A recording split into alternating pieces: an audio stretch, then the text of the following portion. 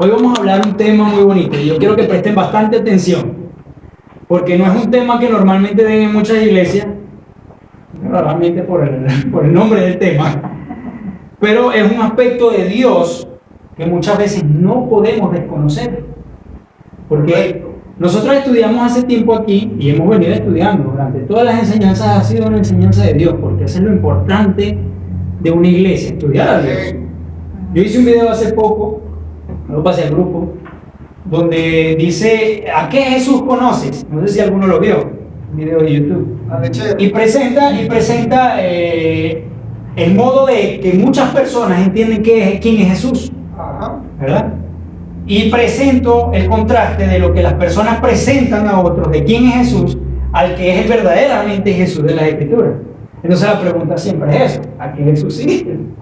El problema es que todo el mundo dice ahora que es cristiano, pero ¿a qué Jesús sigue? Entonces por eso es la importancia de conocer a Dios, conocer sus atributos. El pastor nos enseñó en una clase los atributos de Dios, ¿verdad? Y este es un atributo que no podemos echar por fuera. Es la ira de Dios. La ira de Dios. Hoy vamos a estudiar eso. Y quiero que pongamos bastante atención en esta clase, que es muy importante. Vamos a hablar de lo que es la ira de Dios. Y esto me vino desde hace 2 semanas, que el hermano tomó un texto, que lo vamos a estudiar ahorita, pero aparte del texto, cuando terminamos aquí la reunión, él estaba hablando, yo le comenté a él, que estaba hablando con la hermana que vino, una de las hermanas que vino, y le dijo que una persona, no sé qué había sucedido en el entorno, en el contexto, pero esa persona tenía como que un familiar o alguien que estaba fuera de los caminos y estaba descarriado, digámoslo así. Y el hermano dijo algo que a mí me quedó con la prédica que él dio ese día, con un texto que dio, con lo que le dijo a la persona, que le dijo, es que esas personas cuando no están con Dios, la ira de Dios está sobre ellos. Usted no se preocupe, hermano, le dijo, porque si usted está con Dios, las bondades de Dios están con usted, pero esas personas que no están con Dios, la ira de Dios está sobre ellos. Y a veces nos retumba esa cosa en la mente, no, la ira de Dios está sobre ellos. Y vamos a estudiar el primer texto. Vamos a leer, que ese mismo texto lo dio el hermano ese día, que está en Juan 3:36. Y vamos a ver la importancia de esto, hermanos, porque a veces podemos decir, bueno, ya nosotros no somos hijos de ira, ya nosotros somos cristianos, y bueno, la ira, lo que le importa a la ira son los hijos del mundo, no, porque ya nosotros no. Pero es importante que entendamos esto. Amén. Amén.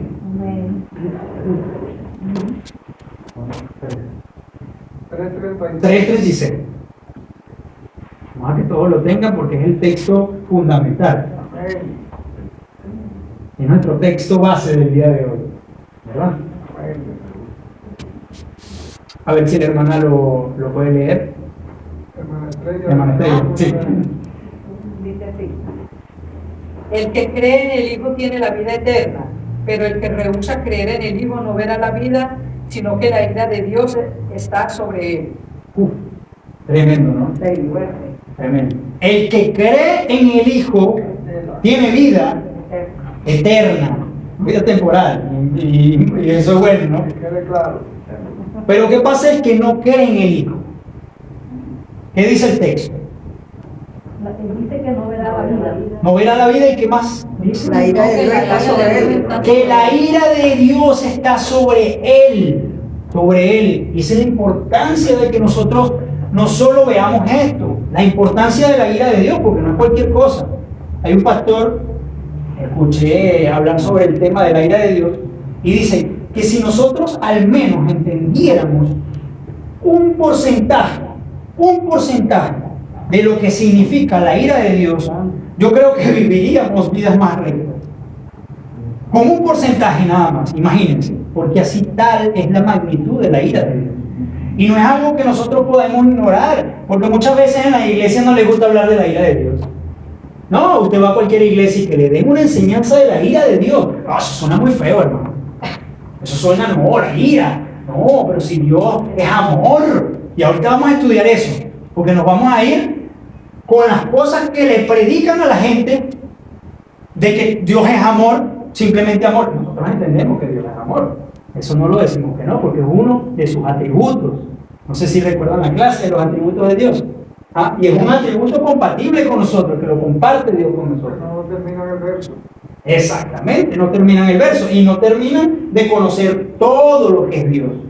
Se limitan a Dios es amor. Entonces, ¿qué pasa?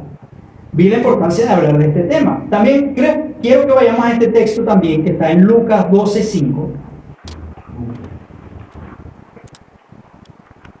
Lucas 12:5. Para que veamos la importancia. Y este texto lo estudiamos hace poco, un día que di una enseñanza sobre la preeminencia de Dios y la soberanía de Dios. Amén. Amén. Amén. A ver, hermano. 5, ¿verdad? Amén. Pero os enseñaré a quién debéis temer. Temed a aquel que después de haber quitado la vida tiene poder de echar en el infierno. Sí, os digo, a este temed. Amén. ¿A quién se está refiriendo ahí? A Dios, a nuestro Señor, ¿verdad? Temed a aquel que puede echar el alma al infierno. Entonces, muchas veces se predica de una manera light, una manera suave. Ay, no, vamos a traer personas, como le vamos a decir a la gente que lo van a lanzar al infierno. No, ni me hable del infierno. Es muy raro. Díganme ustedes si alguna vez prédicas que escuchan hablar fuertemente del infierno y de la ira de Dios. No, jamás. Jamás, porque eso no atrae a la gente. Y lo que importa es tener iglesia llena, ¿no? Eso es lo importante, ¿no? Entonces, vamos a ver esa importancia. Vamos a ver las cosas que proponen estas iglesias y que propone el mundo en esta cuestión del amor, porque siempre predican el amor de Dios, ¿no? Inclusive hoy estaba hablando con mi jefe, veníamos hablando de Dios y todo, y él me dice algo muy curioso, me dice, yo no creo en religiones, yo no creo en grupos. Tú te vas a reunir hoy con un grupo, yo no creo en eso, yo no creo en grupos, yo no creo en nadie, porque la verdadera religión es el amor. Mi respuesta fue la siguiente, le hice una pregunta y le digo, cuando usted muera y vaya a presentarse delante del juicio y se tenga que justificar delante de Dios, ¿qué argumento le va a dar para justificarse delante de Dios? Le va a decir, yo me limité a amar, amé.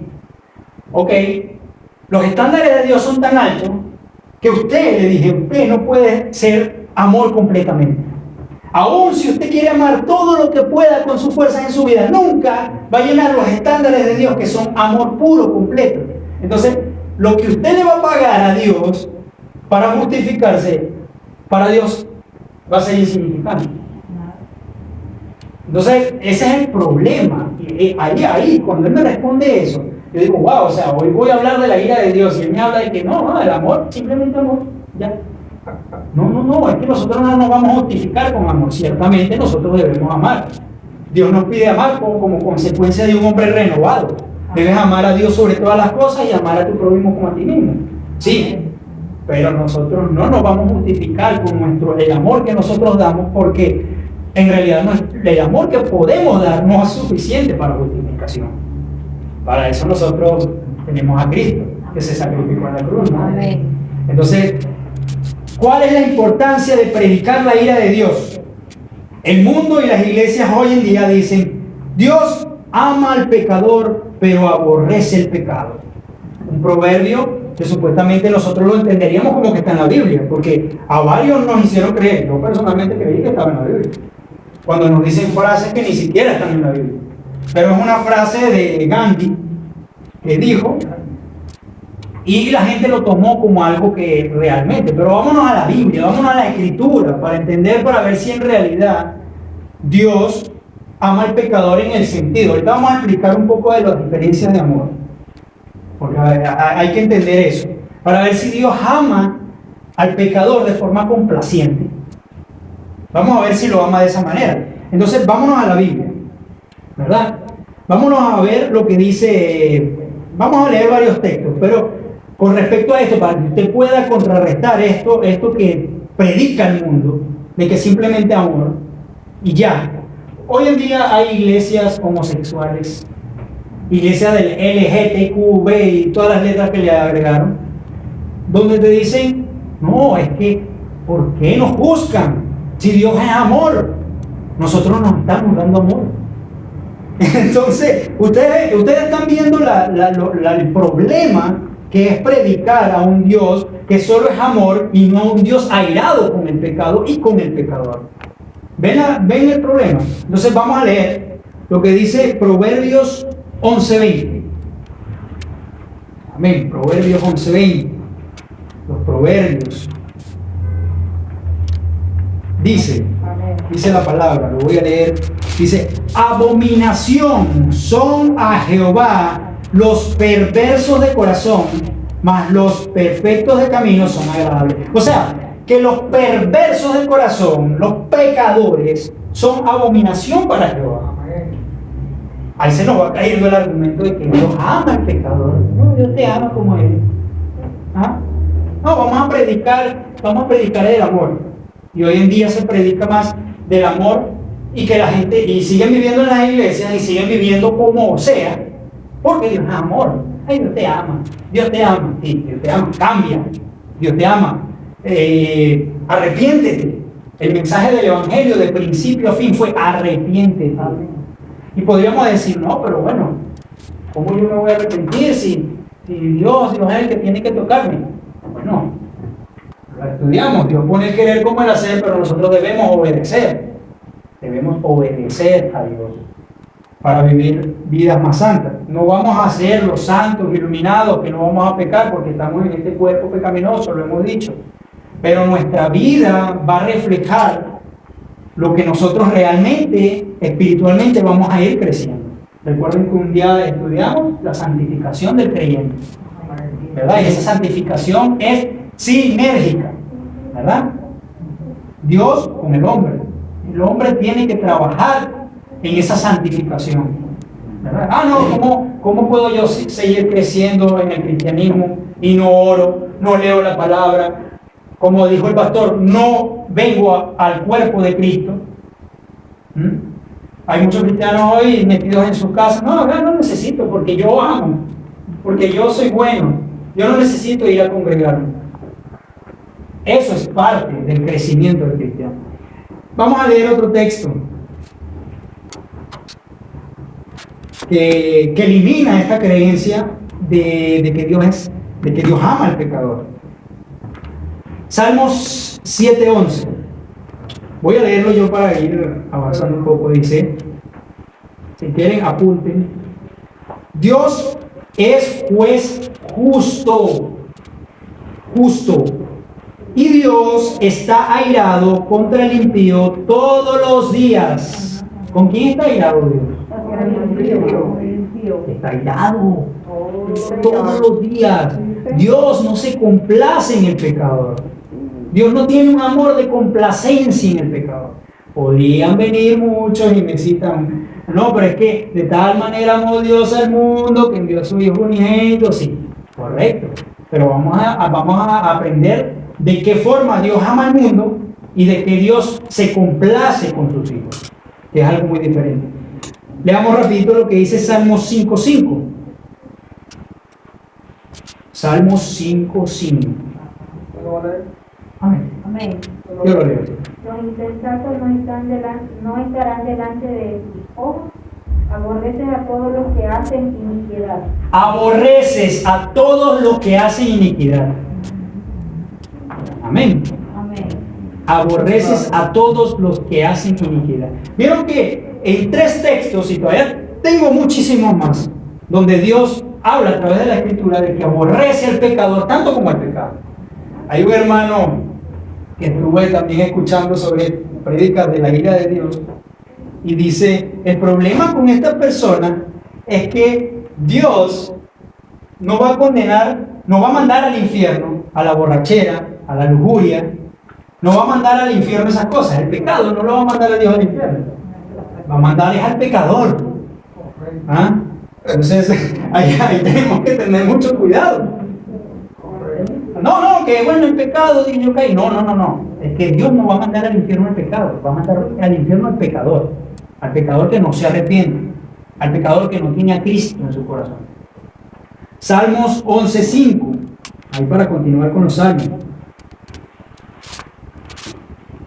Jehová prueba al justo, pero al malo y al que ama la violencia, su alma lo aborrece.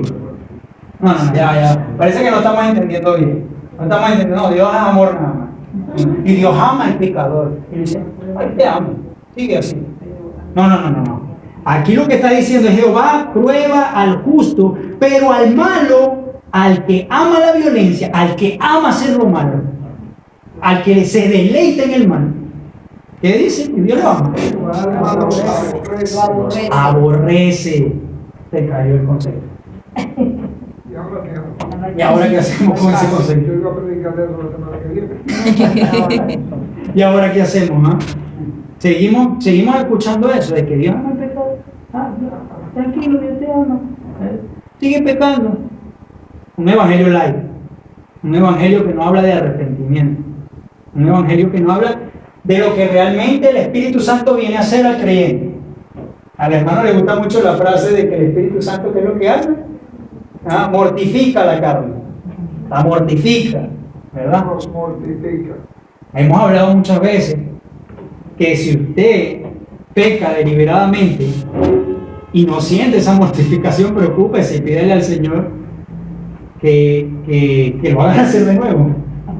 Porque realmente el Espíritu Santo tiene que hacer esa obra en nosotros. Que podemos cometer pecados, sí, pero que tiene que haber una mortificación dentro de nosotros y arrepentirnos de corazón. Eso tiene que ser día a día. Amén. Día a día.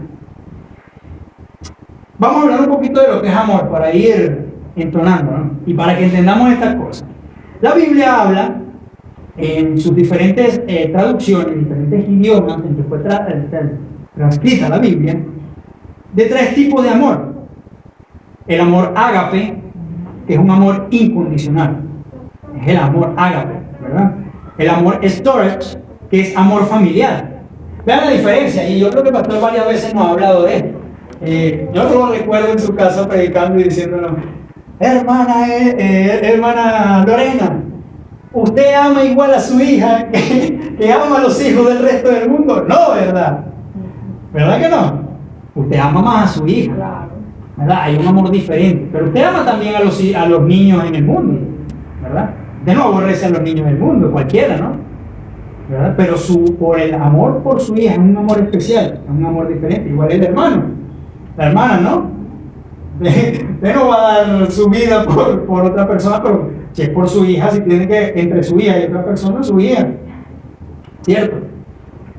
Dios ama a todos, escúchese bien, Dios ama a todos en una manera de beneficencia, ¿verdad? Grábese esto, Dios ama a todo el mundo de una manera de beneficencia. Vemos que la Biblia dice que Dios hace salir el sol sobre justos e injustos. Sí, exactamente. Es un amor de beneficencia a todo el mundo, ¿verdad? Pero la pregunta clave aquí en esto que estamos hablando es, ¿Dios ama a todo el mundo de manera complaciente? ¿Ah?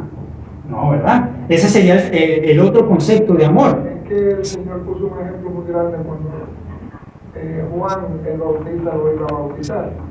Aquella voz que sale y aquella paloma que va y dice, este es mi hijo amado en el cual yo me complazco. Me complazco. Y ahí está el texto clave. Yo me complazco. Ahí está el texto clave. Dios Padre se complace en el Hijo. Y se complace en todo el que es justificado por el Hijo. Amén. ¿Verdad? Amén. Entonces, ahí hay una diferencia de amor. Dios ama a todo el mundo en beneficencia. Hace salir el sol sobre el malo y justo. Pero ama a sus hijos en complacencia. Lo que acaba de decir el hermano. Él se complace en sus hijos. Vamos a leer lo que dice Deuteronomio 7:9. Amén. Lo voy a ir leyendo yo. Los que quieren anoten, apunten que esta clase es importante, hermano. Esta clase es importante. Todas las clases han sido importantes. pero debemos contrarrestar lo que el mundo predica como evangelio con lo que la Biblia dice. Deuteronomio, que dice el niño, ¿cómo dicen los niños? Deuteronomio. Deuteronomio 7:9 dice: conoce pues que Jehová tu Dios es Dios, Dios fiel, que guarda el pacto o la misericordia a los que le aman y guardan sus mandamientos hasta 1000 generaciones. Jehová es Dios de los que guardan su pacto y de los que y la misericordia y a los que le aman. Ahí hay una cláusula, ¿no? A los que le aman.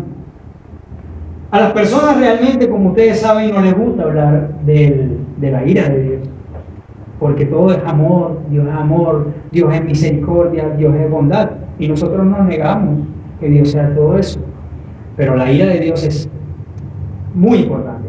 Miren, yo traje este librito que varios lo tienen, porque haciendo esta prédica, me recordó algo que leí en este libro que me gustó mucho, hablando de los motivadores. Bueno, para el que no lo tiene o no lo sabía, este libro se llama Dios tiene un plan maravilloso para tu vida. A veces uno se puede confundir con el título, porque dice, yo quiero este libro, pero cuando se encuentra, aquí dice el mito del mensaje moderno. Dios tiene un plan maravilloso para tu vida. ¿Cuántos han escuchado eso? El mito del mensaje moderno. Y en la página 77 me conseguí con una ilustración que hace Ray Comfort y hace una historia basada en lo que significa y el problema que causa llevar un mensaje, cuando usted vaya a predicar el evangelio, llevar un mensaje solo de amor, solo de comodidad, solo de conformidad. Vea esto, pongamos atención, mire lo que dice aquí. Dos hombres están en sus asientos en un avión. Al primero se le da un paracaídas y se le indica que se lo ponga porque ayudará a mejorar su vuelo. Póngase el paracaídas, que eso va a mejorar el vuelo, se va a sentir más cómodo, ¿verdad? Ese es el mensaje que se le da al primero, ¿no? Ok, indica que lo ponga porque le ayudará a mejorar su vuelo. Está un poco escéptico al principio. No se puede imaginar cómo puede ser posible que el uso de un paracaídas al bordo de un avión puede mejorar su vuelo. Después de un rato decide experimentar para ver si las aseveraciones son verdad. Al fijar el aparato en su espalda, siente un peso sobre sus hombros y descubre que ahora le resulta difícil sentarse derecho. Sin embargo, se consuela con la promesa de la sobrecarga, de que el paracaídas mejorará su vuelo, y decide darle un poco más de tiempo. Este hombre, a medida que avanza el vuelo, observa que algunos de los otros pasajeros se están riendo de él por el hecho de que lleva puesto un paracaídas en el interior del avión. Se empieza a sentir algo humillado, ya que todos se ríen de él, ¿no? Mientras ellos siguen riéndose y señalándolo, llega al punto de no aguantar más y se quita el paracaídas y lo arroja al piso. Su corazón está lleno de desilusión y amargura porque todo indica que le han contado una franca mentira. Ahora vamos con el segundo hombre. El segundo hombre también le dieron un paracaídas, pero observa lo que le dijeron. Se le dijo que se pusiera el paracaídas porque en cualquier momento tendrá que saltar del avión a una altura de 100.000 metros, y agradecido, él se pone el paracaídas. Todo alegre se pone el paracaídas, ¿verdad? No se fija en el peso que lleva en el paracaídas sobre sus hombros, ni le preocupa que no se pueda sentar derecho. Su mente está absorta pensando en lo que le ocurriría si tuviera que brincar sin el paracaídas. El hombre está agradecido. El hombre se siente bien y no le importa nada, ni las burlas.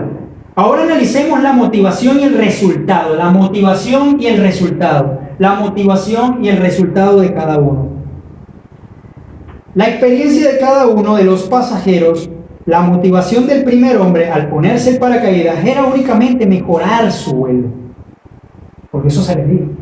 Esto va a mejorar su vuelo, ¿verdad? El resultado de su experiencia fue que se sintió humillado por los otros pasajeros, desilusionado y algo amargado contra aquello que le dijeron y contra lo del paracaídas, ¿no?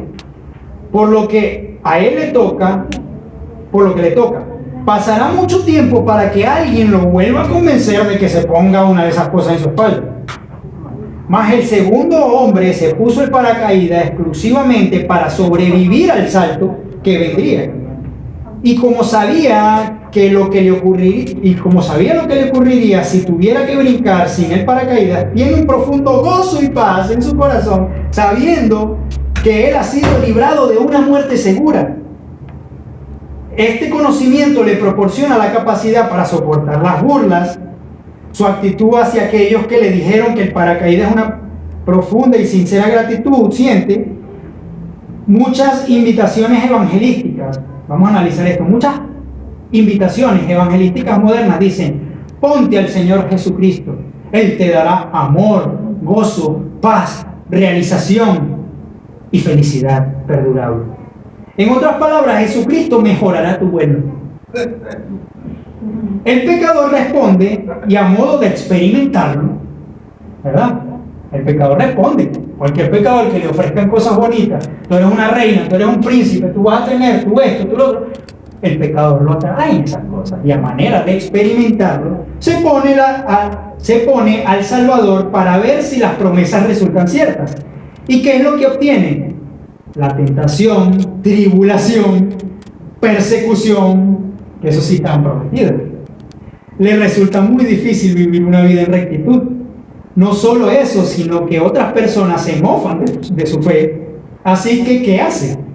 Se quita al Señor. Se lo quita. Simplemente como aquel hombre se quitó el paracaídas, este hombre fue atraído por estas cosas, fue motivado por estas cosas, y este hombre se quita al Señor. Está ofendido por causa de la palabra. Está desilusionado y algo amargado. Y con justa razón. Se le prometió amor, paz, gozo, realización y fidelidad perdurable, y lo único que obtuvo fueron las pruebas y tribulaciones y humillación. Su amargura se dirige hacia aquellos que le compartieron las supuestas buenas noticias.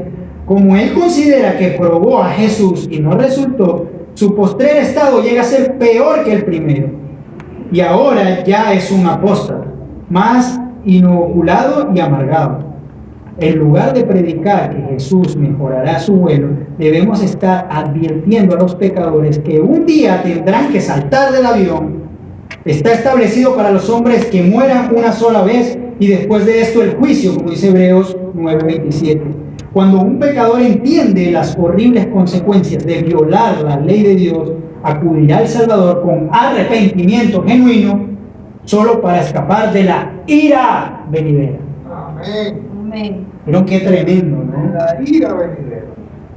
Solo cuando predicamos al verdadero Jesús que te dice: arrepiéntete de tu pecado, ven a vivir una vida en obediencia, ven a vivir una vida que yo te voy a cambiar, yo quiero cambiar tu corazón. A veces dicen: no, pero es que yo no puedo. No, es que tú no puedes. Yo sé que tú no puedes. Cuando nosotros comenzamos este camino, tampoco puedo. El hermano no puede, la hermana no puede, ninguno de nosotros puede. Cuando comenzamos este camino se nos hace difícil. Y cuando aún ya estamos en el camino se nos hace difícil. Hermano, no crea que el hermano ha llegado a un nivel tal de que el pecado lo resbala, o la hermana, o todos nosotros, o que yo he llegado a ese estado. No. Hemos tenido que luchar contra el pecado. Muchas veces, todos los días de nuestra vida. Hasta cuando menos nos damos cuenta estamos cometiendo un pecado. El Señor con quien yo estaba conversando me dice esta tarde: es que yo no puedo concebir un Dios que pueda perdonar a una persona que mata, viola. O sea, tú me estás diciendo, Daniel, que un Dios, el Dios que tú predicas, puede agarrar a una persona que haya matado, violado y fusilado a miles de personas y lo va a perdonar. No, yo creo que eso no tiene perdón. Él en su corazón dice eso, porque para él las obras son muy importantes. Como le vuelvo y le pregunté cómo él se justifica delante de Dios, y él dice que porque Dios conoce su corazón y él es amor. ¿Ok? Él es como Dios. Exactamente. Exactamente, ese es el problema. Nos vamos al Edén, lo que acaba de decir el hermano es el meollo del problema. Cuando Satanás ¿cómo tienta Satanás a Daniel? ¿Ah? Que lo tienta porque serán como Dios. serán como Dios. Y el hombre cree que puede justificarse delante de Dios por él mismo. O sea, yo no necesito a Dios, prácticamente lo que dice es. Yo creo en Jesús, pero no necesito a Dios. Yo creo a Jesús, pero no necesito a Jesús, porque yo por mis obras puedo justificar. Entonces, ese es el problema del mensaje. Cuando usted vaya a predicar el Evangelio, hermano, asegúrese de predicarle a las almas de que la ira de Dios está sobre el que no acepta a Jesucristo y el que no vive conforme a su ley. La ira de Dios está sobre él y que no es juego, hermano, que no es juego, ¿no? Entonces, dice, no es asunto, como lo dice en el libro, dice, no es asunto de felicidad. Esto no es asunto de felicidad, de que nosotros vamos a traer a las personas que van a ser felices, sino que es asunto de justicia.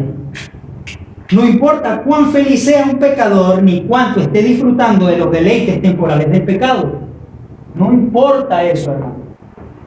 El cielo se regocija más cuando un pecador, violador, mutilador, lo que usted quiera. Yo prefiero conocer a una persona que haya sido malvada completamente en su vida, a uno que se crea justo y que cree que vive una vida justa y que no necesita a Dios. Y eso es lo que el mundo no entiende. El mundo no entiende a Jesús. El mundo no entiende el sacrificio que hizo Jesús. Y por eso él dice eso, ¿no? Sin la justicia de Cristo, perecerá en el día de la ira. Miren lo que dice Proverbios 11:4. No aprovecharán las riquezas en el día de la ira, mas la justicia los librará de la muerte, la justicia de Cristo. Nosotros somos justificados por el sacrificio que ya Cristo tomó. Y eso lo vamos a estudiar ahorita. Ahora, podemos nosotros, como pregunta lo dice aquí, podemos nosotros juzgar la ira de Dios y decir, Dios, pero qué malvado eres tú. ¿Por qué, Señor? ¿Por qué eres tan airado? ¿Por qué, Padre? ¿No? Vamos a leer lo que dice Romanos. Vámonos al libro de Romanos. ¿Qué dice Romanos 1?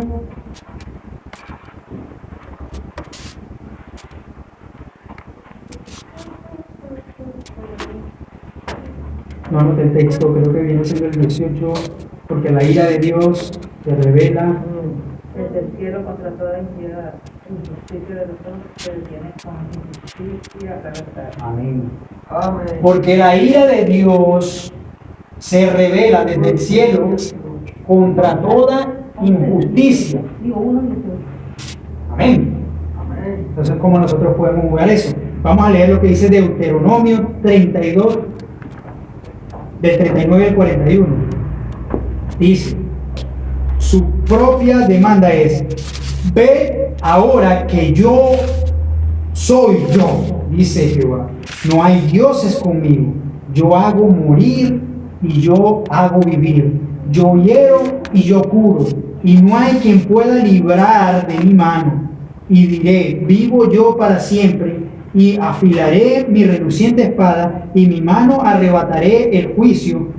Yo volveré la venganza a mis enemigos y daré el pago a los que me aborrecen. Tenemos nosotros manera de juzgar la ira de Dios. Cuando Él dice, yo soy el que soy. Yo doy la vida y yo la quito. ¿Se acuerdan lo que estudiamos de la preeminencia de Dios? ¿Ah? ¿Cómo nosotros podemos entender eso? Que Dios es Dios. Y que Dios está airado contra el pecado y no podemos juzgar eso. Muchos creen que el Dios de ira solo se revela en el Antiguo Testamento. Esto es otra cosita que hay muchas sectas y religiones que predican. No, el Dios de ira se revela nada más en el Antiguo Testamento. Miren lo que hacía en el Antiguo Testamento. Siempre Dios está irado, manda juicio. Pero están equivocados. Si nos ponemos a ver ahí, hermano, en el Nuevo Testamento, ¿cómo encontramos la ira de Dios? Es más, la encontramos en lo que a veces ni siquiera el mundo entiende, y ustedes ya se darán cuenta en dónde. Y muchas de estas personas, como dije anteriormente, usan Juan 3:16 para hablar de un Dios que ama a todo el mundo. Esto contradiciendo lo que dice Juan 15:19. Y contrarrestando también la oración de Jesús, que no fue por todo el mundo. Porque cuando Jesús, aquella bonita oración, cuando Jesús la dice, yo oro por los que me diste.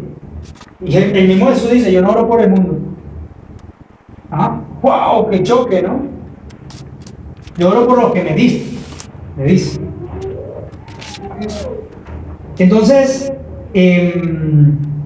más adelante veremos que Dios es el mismo de antes, de Dios no cambia. Dios no cambia. No podemos decir que Dios en el Antiguo Testamento está irado, no, pero ahorita llegó Jesús, llegó la gracia y a Dios la ira se le fue.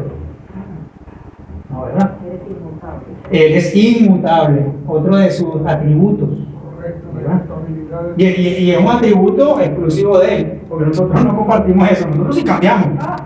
A todos los días, el hermano hoy amaneció con ganas, yo recuerdo, el hermano hoy amaneció con ganas de comer hojaldre, con un poquito de café con leche y huevo frito.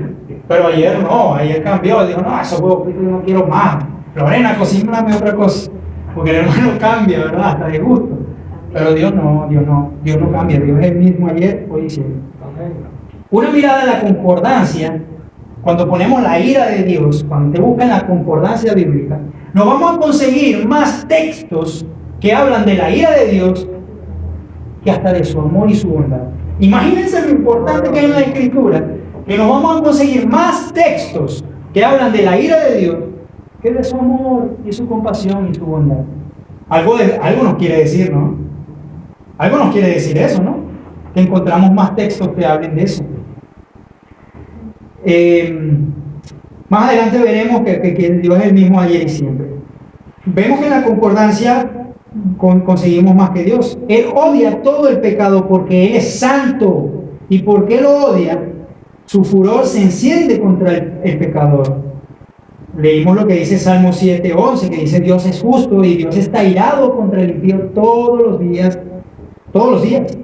La ira de Dios constituye una perfección divina tan importante como su fidelidad, su poder y su misericordia. O sea que nosotros no podemos separar los atributos de Dios. Y ese es el error que se cometió hoy en día en la iglesia, separar los atributos de Dios. Dios es 100% santo, Dios es 100% amor. Pero nos estamos olvidando que ese atributo no se puede separar de su justicia. Dios es 100% justo. Él no puede amar y echar así nada más su justicia. Inclusive, le voy a decir, hermano, inclusive con nosotros. Con nosotros, Él no puede pasar su justicia. Y usted dirá, pero Daniel, ¿por qué? Si nosotros ya... No, lo que pasa es que nosotros, la ira que debió caer sobre nosotros, la justicia de Dios que debió caer sobre nosotros, fue consumada, fue pagada. No es que Dios no tiró la justicia contra su pecado. Claro que sí la tiró, pero aquella la tiró en un madero encima de su hijo. Amén. ¿Cuántos están entendiendo esto? Amén. No, la justicia, Dios, no es que Dios lo amó a usted y ya lo amó y dijo, bueno, ya lo amó, ya lo amé, mi justicia, no. Dios como juez justo tiene que pagar. O sea, imagínense. Esto lo pone mucho Ray Comfort en su prédica. Imagínense que una persona mate, viole, asesine a una niña y vaya frente a un jurado y le diga, no, pero yo he sido bueno. Imagínense que el jurado le diga, yo me voy a sacar de la cárcel. Sería un juez injusto, ¿no? ¿Verdad? ¿Cierto? Pero siendo Dios nuestro juez justo, como lo dice la Biblia, Él no puede permitir de que algo no haya tomado un pago. De que algo no hay un pago. Y es aquí cuando el verso nos dice que la ira de Dios está sobre el que no tiene a Jesús. Porque Jesús fue el que pagó esa ira, ¿verdad? Por nosotros. Inclusive nosotros siendo salvos y todo, siempre somos salvos y vamos un día a gozar de esa herencia que tenemos con Él. Pero los pecados que cometemos pagamos las consecuencias y Él no nos los quita. Amén. Cometemos un pecado, pagamos las consecuencias, que aunque nosotros pidamos misericordia, no tenemos que seguir pagándolo porque lo debemos. Amén. Lo único, eso se llama las consecuencias del pecado en la vida. Las consecuencias del pecado, siempre fíjense lo que pasó con el mismo David. David imploró perdón. ¿Cómo entró David? Yo creo que nadie entraba así de esa manera para implorar tu perdón. Y sin embargo, aún su hijo murió. Se lo llevó el Señor. Todo fue consecuencia, lo que habla el hermano. Es muy cierto, es muy cierto. Si miren, lo que estamos hablando del carácter de Dios. Si en el carácter de Dios no existiera la ira, existiera algún defecto en Dios. Vamos a retomar esto. Si en el carácter de Dios no existiera la ira, existiera algún defecto en Dios, pero sabemos que Dios es perfecto. Ahora, en manera de pregunta, ¿cómo podría Él, que es la suma de la excelencia, mirar con igualdad la satisfacción, la virtud y el vicio, la sabiduría y la locura? ¿Cómo podría Él, que se deleita solo en lo que es puro y amable, dejar de despreciar lo que es impuro y vil? ¿Ven que hay una contradicción? Dios no puede, acá lo que dice es que Dios no puede deleitarse en una cosa, en lo que es puro, y a la misma vez aborrecer lo que es impuro. O sea, no podemos dibujarnos un Dios de amor sin aborrecer el mal. Y esto nos tiene que incluir a nosotros en muchas cosas, hasta los cristianos, en nuestra vida de devocional con Dios, en nuestra santificación, ir creciendo día a día. Entonces, entendemos ese carácter de Dios, que Dios no puede ser una cosa y dejar de ser la otra. La ira de Dios es su eterno aborrecimiento de toda injusticia, porque Él es 100% justo. La ira de Dios se manifiesta desde el cielo, como lo dice Romano. Muchos se hacen una pregunta: si Dios castiga el pecado, ¿los castiga por qué? La culpabilidad del hombre. Le hace Romanos 1:18. Es más, le hace todo el capítulo 1 de Romanos. Le hace todo el capítulo. Es que el mismo capítulo 3 de Romanos, verso 23, lo dice claro: por cuanto todos pecaron. Ahí se lo vamos a leer ahorita. Me estoy adelantando. Amén. Yo quisiera que la hermana, vamos a hacer una instrucción rápido, la hermana me lea Romanos 1:18, pero léamelo todo el capítulo que viene con la culpabilidad del hombre para que analicemos eso, porque ese capítulo es más, si pueden, apréndanselo de memoria. Romanos 1:18. 1:18. Lo vamos a leer todo. Sí, léalo desde el 18 en adelante. Un momentito, pues. Bueno, porque la ira de Dios se revela desde el cielo contra toda impiedad e injusticia de los hombres que detienen con injusticia la verdad, porque lo que de Dios se conoce les es manifiesto, pues Dios se lo manifestó. Porque las cosas invisibles de Él, su eterno poder y deidad, se hacen claramente visibles desde la creación del mundo, siendo entendidas por medio de las cosas hechas, de modo que no tienen excusa.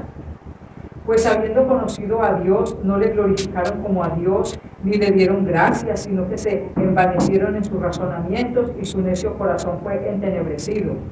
Profesando ser sabios, se hicieron necios y cambiaron la gloria de Dios incorruptible en semejanza de imagen de hombre corruptible, de aves, de cuadrúpedos y de reptiles.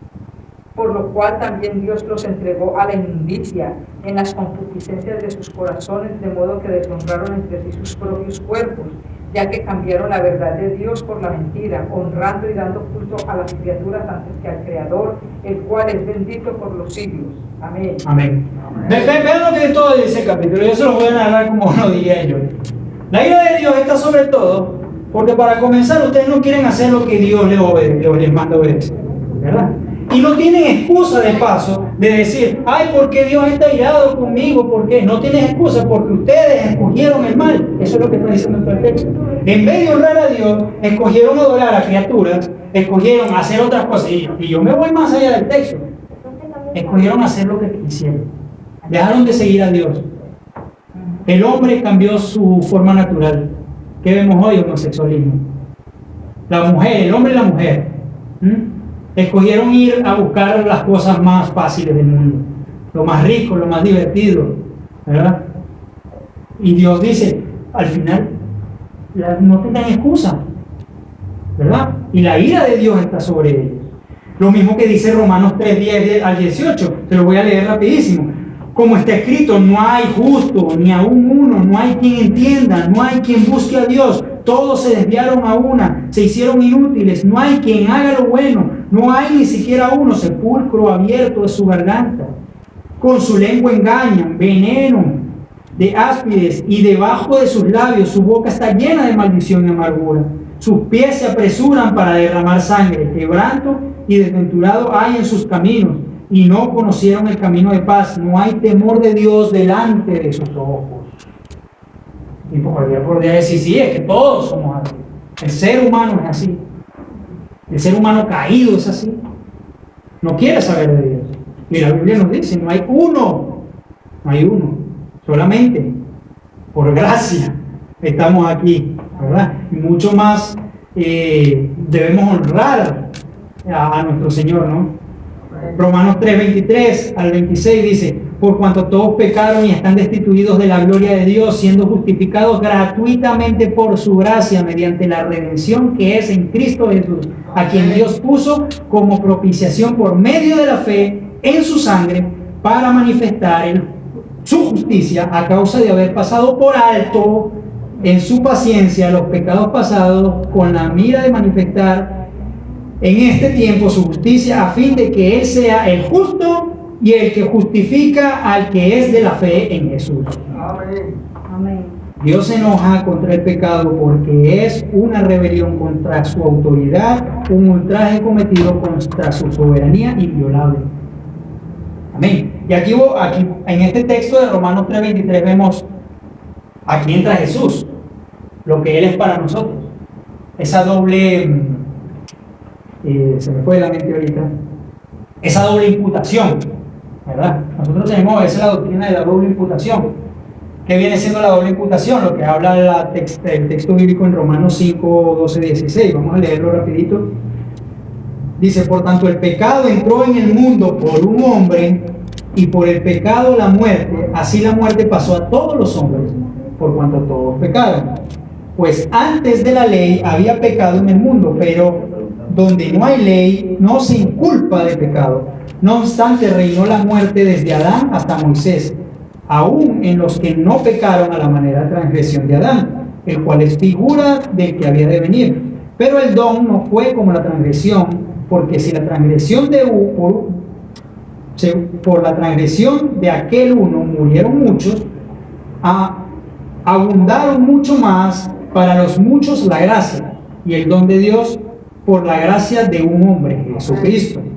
Y con el don no sucede como en el caso de aquel uno que pecó, porque ciertamente el juicio vino a causa de un solo pecado para condenación, pero el don vino a causa de muchas transgresiones para justificación. O sea, amén. Romanos 5, del 12 al 16. Aquí nos habla de esa doble imputación.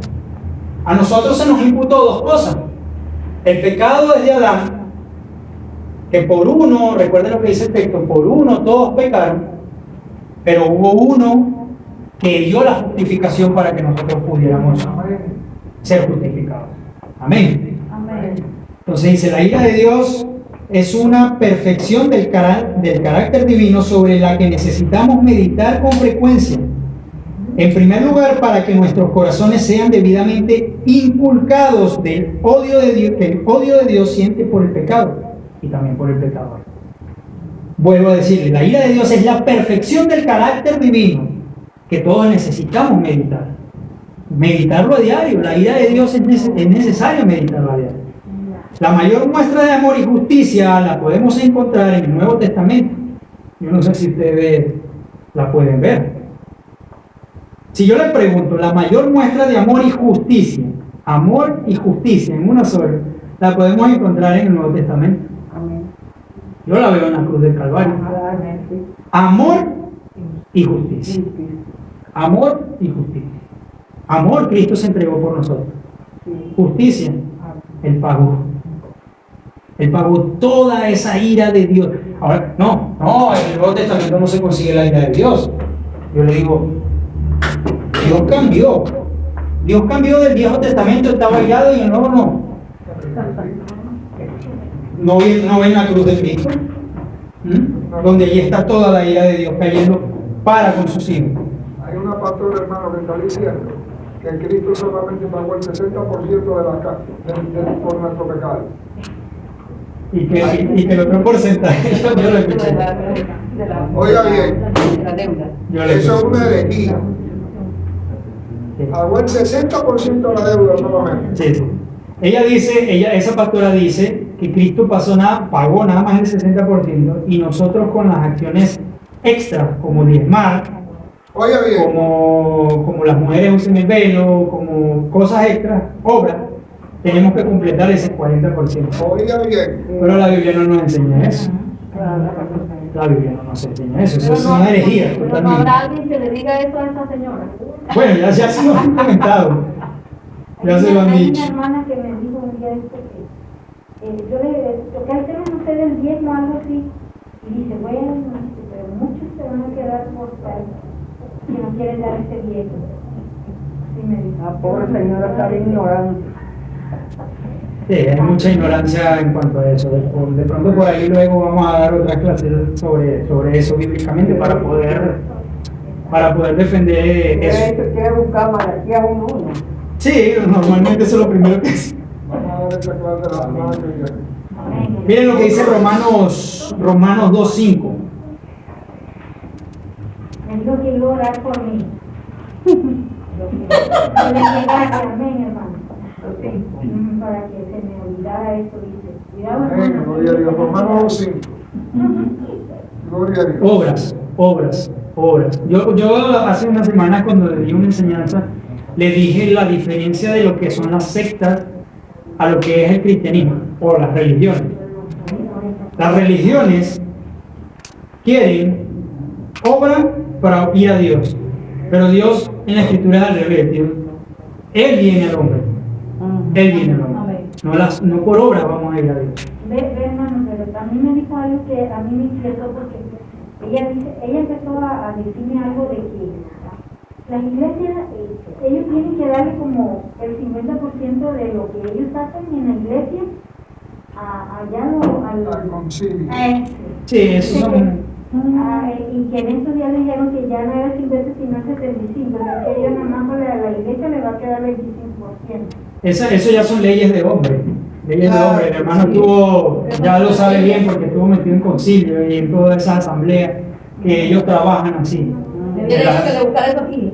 Exactamente, las iglesias del G12 trabajan así, todas las iglesias reúnen dinero, todo es como, mire, eso es como las compañías estas de Herbalife y todo eso, es una pirámide. Busca tus 12 discípulos, tú buscas 12, el crecimiento, eso es empresarial. Ahora yo sé que la semilla abundante. Todo eso van creciendo. Hasta me ha dicho mis hermanas que anda mal, que sí anda mal. ¿Usted anda mal? Que yo ando, hermana, Dígale a ella que venga para acá y está no vamos mal, a encontrar hermana. lo contrario. Le dije así, pero yo le dije, sí, hermano, está bien. Pero ahí en ningún lado de la palabra dice, sí, busque para que vea. Que sí dice, yo no lo quise, ya yo no entré más en detalle. Por eso es importante lo que venimos viendo, Le voy a traer la clase otra vez. es importante la preparación. La preparación en las prédicas, en las enseñanzas, ha sido para eso. Para que cuando usted se consiga con personas, usted tenga la herramienta de hablarle con la palabra, usted no se va a salir de... Inclusive si usan la palabra mal usada, como lo hizo Satanás con Jesús, en el desierto, cuando fue tentado, usted le responda con la palabra de Dios, como hizo Jesús. En todo momento le contestó Satanás con la palabra, pero no adulterada. Porque Satanás trató de adulterar la palabra. Le sacó un salmo. La adulteró con Adán y Eva. La adulteró con Adán y Eva, solo que Adán y Eva no pudieron responder. Exacto. Amén. Entonces dice Romanos 2:5, mas por la causa de tu terquedad y tu corazón no arrepentido, estás acumulando ira para ti en el día de la ira y de la revelación del juicio de Dios. Amén. Por causa de la terquedad. Y muchas veces nosotros antes de venir a Cristo somos muy tercos. El ego, nosotros, no, es lo que domina la carne, ¿no? Pablo habla mucho sobre la ira de Dios. Entonces nos ponemos a pensar, no, que la ira de Dios no está en el Nuevo Testamento. Miren como dice en Efesios 5:6, nadie os engañe con palabras vanas, porque por esas cosas viene la ira de Dios sobre los hijos de desobediencia. Estamos haciendo eso. Nadie los engañe con palabras vanas. Usted Ya es tiene- una linda. Cada vez que ella me ve, me dice, hermana, ¿y a dónde usted va? ¿A Ay, invítela. Dígale que invite a la Yo le dije, y me dijo, hermana, hay que orar por usted, me dijo. Pero venga, tráigala. Bueno, mire, Vamos a vamos orar nosotros por ella. Ay, Señor. ¿Tú sabes Pero vamos a quién es la enseñar hermana cómo que- es. Amén. Sí. ella va a la bautista, creo que era la Ay, toda bautista. esa gente. Fíjense que Pablo no habla tanto de la ira de Dios, que ya leímos un texto, y nos dice que no nos manda, que no se nos engañe con palabras vanas. Ujú. Prácticamente eso es lo que hacen en las iglesias, palabras vanas, palabras que las personas quieren escuchar. Permítame, hermano, perdón. Lo que sucede es lo que el pastor habló en la clase anterior. Son iglesias que están enfermas. ¿Por qué? Porque no viven la sana doctrina, no la practican. Al no tener la sana doctrina, la gente, ellos lo que le están dando es totalmente lo contrario de la sana doctrina. Comida para la carne. Para ellos y para el pueblo.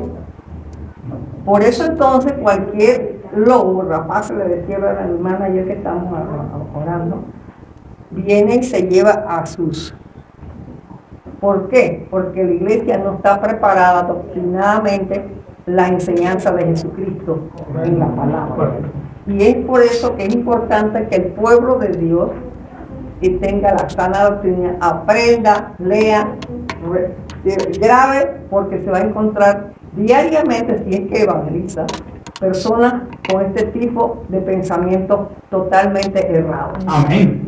Totalmente. Nosotros somos los culpables, o los que usted no se sabe la Biblia, no la practica, no la sabe, ¿qué le va a dar a esa persona que es neófita totalmente en la palabra? Nada. Exactamente, el principal culpable de ser engañados por estos lobos rapaces y por pastores falsos son las ovejas, porque no leen. Totalmente. Bueno, los Bueno. cabritos que, bueno, Todos somos ovejas. digamos que porque yo creo aún creo que muchas personas están engañadas en esas iglesias y Dios en su misericordia algún día como nos sacó a nosotros, nos sacará de esos lugares. Entonces, vean lo que dice el mismo Pablo en Colosenses 3:6, por las cuales cosas la ira de Dios viene sobre los hijos de rebelión. Sigue hablando de la ira de Dios. Y así sucesivamente, Pablo, Pedro, todos los apóstoles hablaban de la ira de Dios, predicaban con la ira de Dios, cosas que no se hace hoy en día, hermano. Se predica mejor del amor, porque es que si predicáramos de todas las cosas, lo vengo diciendo y lo decimos siempre, si predicáramos aquí, hermano, de todas las cosas que la gente quiere escuchar en su concupiscencia, ya tuviéramos que tener una mega iglesia, ¿no? Porque la gente quiere escuchar, tiene ese en el oído que quiere escuchar. ¿Y qué quiere escuchar? Lo que el cuerpo le pide. Ajá. Juan el Bautista, podemos ver que también habló de la ira de Dios en aquel texto cuando le llamó víboras. Ay, Dios mío. Generación. Dice Mateo 3, del 4 al 11, voy a leerlo rapidito, dice: Juan estaba vestido de pelo de camello, como los apóstoles de hoy en día, y tenía un cinto de cuero alrededor de sus lomos, y su comida eran langostas. Pero no langostas de ahorita, porque las langostas ahorita son caras. Eso sí. Langosta y miel. Pasa que hay una diferencia de esas langostas que llama la Biblia, que eran como unos grillos grandes, Ah, de los grandotones. a las langostas del mar, del Negro. Correcto. Y miel silvestre. Y salía a él Jerusalén y toda Judea y toda la provincia alrededor del Jordán, y eran bautizados por él en el Jordán, confesando sus pecados. Al él ver que muchos de los fariseos y los saduceos venían a su bautismo, le decían: generación de víboras, ¿quién os enseñó a huir de la ira venidera? Hacer frutos dignos de arrepentimiento.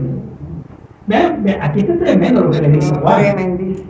Hoy en día en las iglesias se acepta cualquier persona, venga. No, Juan el Bautista no aceptaba a cualquiera. Hagan primero frutos de arrepentimiento. Hagan primero frutos de arrepentimiento para así darnos cuenta que de verdad ustedes están viniendo con un corazón puro de verdad. Hoy se pide fruto de dádiva. No, ese Traiga es su chequera y su eso es tarjeta lo de más crédito. importante. Hagan fruto de arrepentimiento y no penséis decir dentro de vosotros mismos, miren lo que dice, y no piensen decir dentro de vosotros mismos: Abraham tenemos como padre. porque yo os digo que Dios puede levantar hijos de Abraham aún de estas piedras. Y ya también el hacha está puesta a la raíz de los árboles. Por tanto, todo árbol que no dé buen fruto será cortado y echado al fuego. Yo de verdad los bautizo en agua para arrepentimiento, pero el que viene tras mí, cuyo calzado no soy digno de llevar, es más poderoso que yo, y él los bautizará en Espíritu Santo y fuego. Amén. Ojo con eso, ojo con el fuego, porque ya lo estudiamos, ¿no? Para el que no lo estudió, No es el purgatorio. no es el purgatorio y tampoco es el fuego del Espíritu Santo, porque aquí no está diciendo fuego del Espíritu Santo, como algunas iglesias neopentecostales Uy, danzan y se les mete un fuego y se lanzan al suelo y dan vueltas. No, nunca la Biblia habla de un fuego del Espíritu Santo. Pero esto lo que habla es Espíritu Santo y fuego. Y podemos ver en su contexto a qué se refiere. Su aventador está en la mano, su aventador, esa pala grande, y limpiará la era, y recogerá el trigo en el granero, y quemará la paja en el fuego que nunca se apaga, o sea, en el infierno. claro. Ese fuego no está hablando de un fuego de Espíritu Santo, sino que cuando venga el Espíritu Santo nos bautizará en dos: a las ovejas en Espíritu Santo Amén. y a los cabritos en fuego eterno del infierno. Eso es lo que dice el texto. Porque recuerden que Juan el Bautista está hablándole aquí a los saduceos y a los fariseos y le está diciendo todas estas cosas. Entonces, ahí podemos ver esas cosas, ¿no? Para que analicemos todo lo que hablamos hoy de la ira de Dios, coloqué 4 aspectos importantes, y si quieren anótenlo, que esto es el resumen de toda la enseñanza. 4 aspectos importantes. Dios es inmutable. No se vengan con el cuento que Dios, el Dios del Antiguo Testamento es diferente al Dios del Nuevo Testamento. El Dios del Antiguo Testamento está bailado, el del Nuevo Testamento ya es solo amor. Porque ese es el cuento que muchas personas dicen.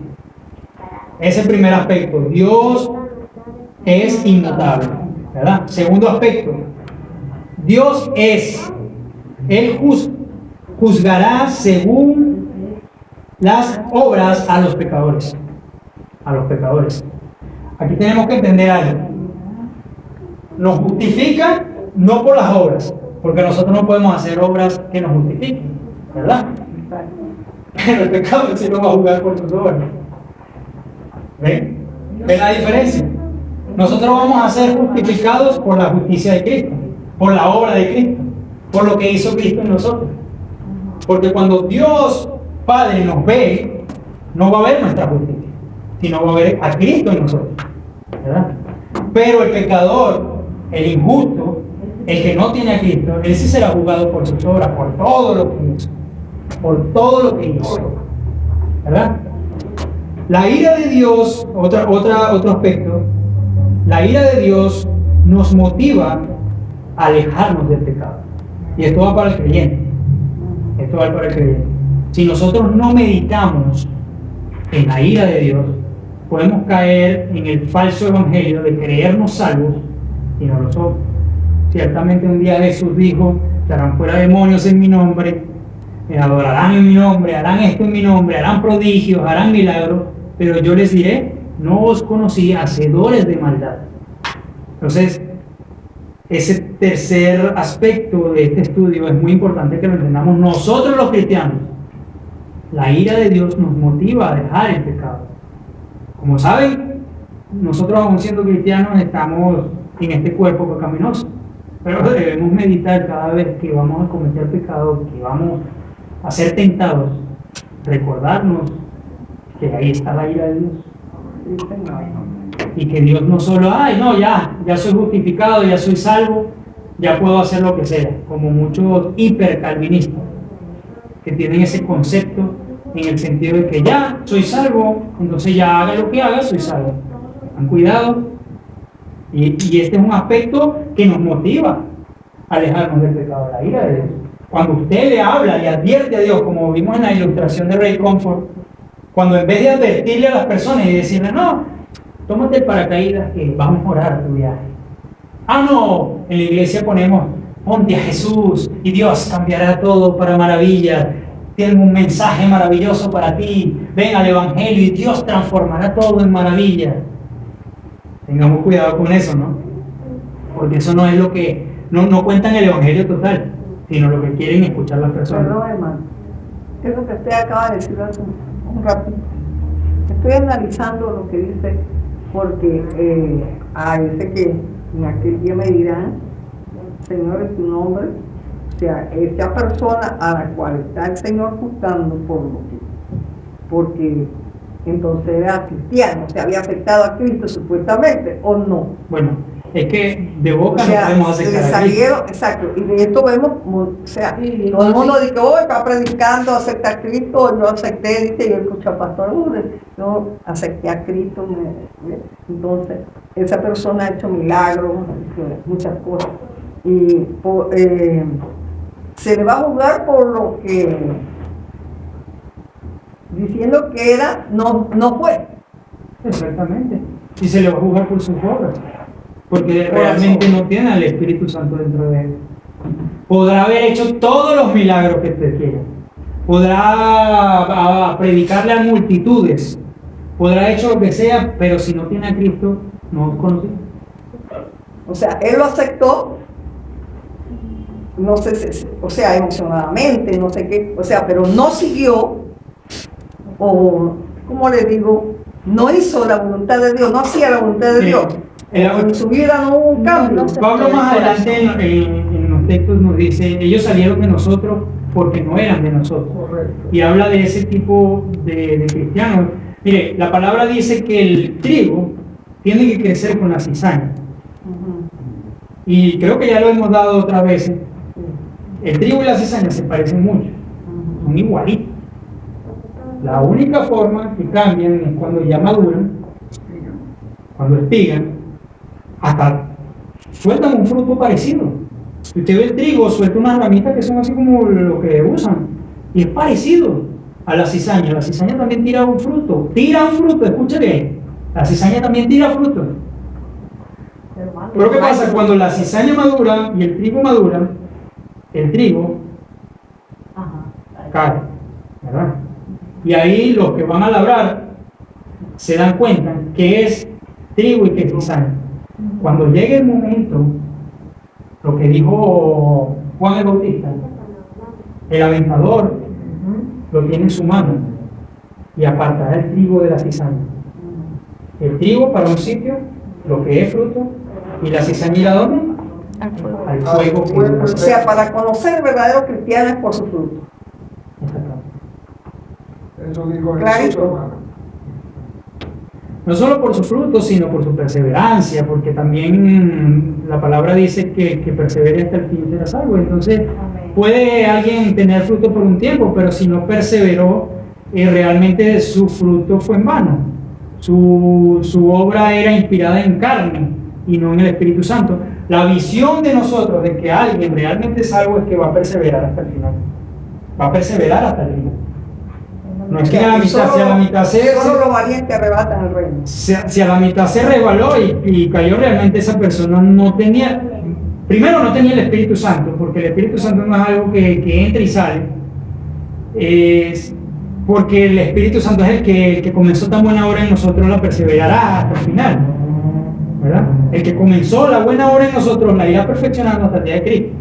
Esa persona simplemente tuvo un gusto por la doctrina, son muchas cosas, la verdad. Ahora yo le voy a complicar la vida un poquito más. Entonces, ¿por qué Jesús se expresó de ellos, echaron demonios, que hubo sanidad a través de ellos? Eso no puede dejar de explicarse en esta parte. Eso hay que hacerlo para que no haya ningún tipo de duda. En mi nombre echaste demonios, en mi nombre echaste y dijiste esto, y fue hecho. Porque estas personas que él apartó de sí mismo luego y dijo que eran hacedores de maldad, hicieron todos los milagros. ¿Qué pasó ahí? Que la compliqué. Pero no te voy a pedir perdón. ¿Por qué? Amén. La respuesta es muy interesante esa pregunta porque la han hecho muchas veces. La respuesta es, primeramente, que vuelvo y repito, Yo conozco el corazón. una persona que Creo que lo hicieron por ellos mismos, recibir la gloria a ellos, no lo hicieron para darle la es que gloria al Señor. ¿Ok? puede venir, pero nosotros vimos una clase importante, y ese día no estaba usted, que hablamos de eso, que fue la preeminencia de Dios y la soberanía de Dios. Cuando Dios trabaja soberanamente, obrando en aún las personas malas, tenemos que entender que Dios puede obrar a través de las personas malas. Dios obra y pone en el corazón y puede poner, pero muchas veces esas cosas pueden ir contraproducentes para juicio. Ahora me dirá por qué para juicio. Muchas personas seguían a Jesús por los milagros y por la multiplicación de los panes. Muchas personas siguen a muchos apóstoles y hermanos por los milagros, pero no lo siguen por Jesús. No sé si recuerdan cuando hablamos de la fe. 10 leprosos sanó Jesús. 10 leprosos. Y uno solo se devolvió a dar la gloria de Dios. Y así pasa con todo esto. Entonces, ¿qué muestra? Que Dios a veces provoca milagros en cualquier circunstancia para ver el corazón de las personas y para que a la final terminan hundiéndose más. Porque terminan yendo a esas cosas. Soberanamente, Satanás puede hacer algo que se vaya del poder de Dios. No, porque Satanás no tiene el poder absoluto, lo tiene Dios. Dios es todopoderoso y eso lo hablamos en la preeminencia de Dios, ¿verdad? Que hablamos de que Satanás puede hacer algo. Satanás puede provocar un milagro en algo sin que esté la mano involucrada de Dios. Aún cuando yo he visto santeros y este tipo de personas sanar a personas que también están por la mugre, porque andan buscando ese tipo de cosas. Cuando aún eso sucede, aún no sucedería si Dios no lo permite. Pero muchas veces lo deja que suceda para que su necio corazón siga entenebrecido, como leamos el libro de Romanos. Y es que la palabra lo dice muy claro, que Dios le ha dado un nombre que es sobre todo nombre. Y bajo este nombre, o por este nombre, se doblará toda rodilla, dice la palabra. Que cuando una persona, y tenemos ejemplos bíblicos para comprobarlo, puede, por el nombre solo de nuestro Señor Jesucristo, por ese nombre que le puede dar, puede hacer milagros. Aunque viva una vida falsa. Yo he conocido predicadores de 40, 50 años en el Evangelio y hacen una doble o triple vida que han llevado siempre y han hecho milagros, pero como dijo el hermano, eso le viene a ellos para juicio. Porque Dios los ha usado para, ¿qué cosa? Lo dijo, lo explicó. Se le entenebrece aún más su corazón. Por ejemplo, aquellos dos que fueron a hacer unos milagros, que en el nombre de el Cristo que predica Pablo, que fueron a sacar esos demonios, y los demonios que le contestaron, La arañaron, la arrancaron, tuvieron que salir. mira, nosotros sabemos quién es Cristo Y sabemos quién es. y sabemos quién es Pablo, pero Pero ustedes quiénes tú, son. ¿quiénes son? Y eran dos hermanos y lo desnudaron. Pero eso no sucede con todos los hombres que predican el Evangelio y viven una vida falsa. Dios hace milagros a través de quien Él quiere por sus propósitos, Su soberanía. su soberanía. Estamos hablando que Dios nos cambia, que es un Dios inmutable. Amén. De eso le está hablando. Entonces, por eso, hay un testimonio de un hermano que yo conocí en persona. Si quieren, búsquenlo, Luis Urbáez, que era un asesino en los tiempos del general Trujillo en República Dominicana. Y a todo aquel que robaba o cometía un delito, Trujillo lo marcaba. 2 veces le hacía un hueco aquí en las orejas. A la tercera, el tercer hueco era la muerte. Y Trujillo sacó a ese hombre de la cárcel. Y Dios hizo milagros a través de ese hombre increíbles. Óigalo bien. Le estoy hablando de levantar muertos, de hacer cosas que ningún ser humano puede hacer si no es a través de Dios. Y este hombre, estando ya caído de la presencia de Dios, en una calle en Nueva York, que fue lo que hizo un milagro aún habiéndose apartado de los caminos del Señor. A un ciego, a un paralítico se lo encontró. En el nombre de Jesús que yo servía, levántate y anda. Y el hombre caminó. Y está en su biografía de este hombre, oiga bien. Hizo milagros, pero era el mismo Luis Urbay, un hombre santo delante de Dios, que temía a Dios, como dice el hermano, porque ahí está el asunto. Hay que temer a Dios por la ira de Dios. Debemos de meditar en eso. Esto es muy importante, meditar en la ira de Dios. ¿Por qué? Bueno, porque yo soy salvo y yo puedo hacer lo que a mí me dé la gana. Es así, la palabra nos enseña eso. Entonces, ¿puede un hombre que conoció a Dios, que anduvo con Dios, separarse de Dios? Por supuesto, porque en primer lugar, realmente no anduvo con Dios, anduvo con él mismo. Pero sí lo usa Dios. Como vemos los santeros, vemos los babarados, vemos un montón de esa gente que, wow, fui y visité y me sané. ¿Cómo usted puede explicar eso? ¿Cómo podemos explicar eso? Bueno, él lo dijo claro. Dios lo permite por muchos motivos.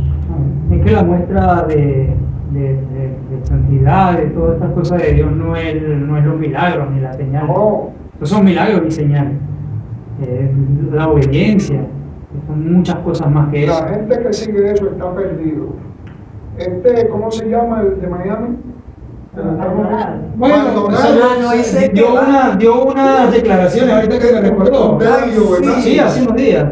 De que las personas que predican y no hay señales, no hay milagros, eso es ilegal. Es ilegal. Y el ilegal es eso. O sea, aparte de que el montón de supuestos milagros y señales que hacen son falsos. Totalmente. Totalmente, todo es compuesto. Entonces hay que tener cuidado con eso. Es a través de conocer la ira de Dios que valoraremos el sacrificio de Cristo en la cruz para culminar. Correcto. Hermanos, si nosotros no conocemos el aspecto de la ira de Dios, ¿cómo podríamos valorar realmente el sacrificio que hizo Jesús en la cruz? Eso que, ¿se acuerda cuando estudiamos sobre las 7 palabras de Jesús en la cruz? Cuando Él dijo, Señor, Señor, ¿por qué me has abandonado? ¿Recuerdan eso? La ira de Dios. O sea, si nosotros no conocemos la ira de Dios, ese sacrificio no lo entenderíamos. No lo entenderíamos. Mire, un niño no entiende el valor que tiene su madre o su padre hasta que ya es más grande. Porque cuando el niño, para él es fácil, de todo le llega, la luz se paga sola, los cuadernos llegan solos, la comida aparece en la nevera sola. Para él ese es el entendimiento. Pero cuando llega a madurar y se da cuenta que tiene que hacer todas esas cosas, que todo es una lucha, se da cuenta y dice, wow. Yo creo que nosotros, hasta que no entendamos lo que es verdaderamente la ira de Dios que cayó sobre Jesús, no valoraremos a Jesús como tal. Y por eso es importante entender estos aspectos de la ira de Dios. No tomen esto como una prédica que pasó, no, esto es muy importante, la ira de Dios es muy importante en nuestra vida. Amén, entonces oremos.